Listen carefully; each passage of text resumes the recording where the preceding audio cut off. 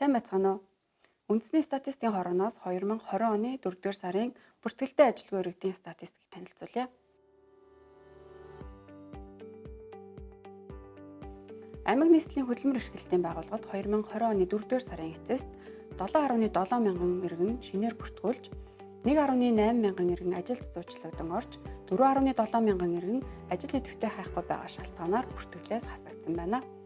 Нийт ажил хайж бүртгүүлсэн иргэдийн 53% нь ажлаас халагдсан болон чөлөөлөгдсөн иргэд байна. Өмнөх оны мөн үетэй харьцуулахад шинээр бүртгүүлсэн ажилгүй иргэд 10.6%-аар, ажил идэвхтэй хайхгүй байгаа шалтгаанаар бүртгэлээс хасагдсан иргэд 4.5%-аар өсөж, ажилд зуучлагдсан орсон иргэд 0.2%-аар буурсан байна.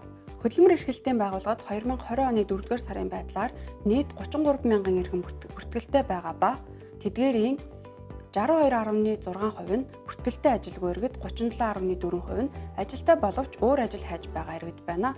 Өмнөх оны мөн үетэй харьцуулахад бүртгэлтэй ажилгүй иргэд 8.1%-аар буурч, өмнөх сараас 6.5%-аар өссөн байна.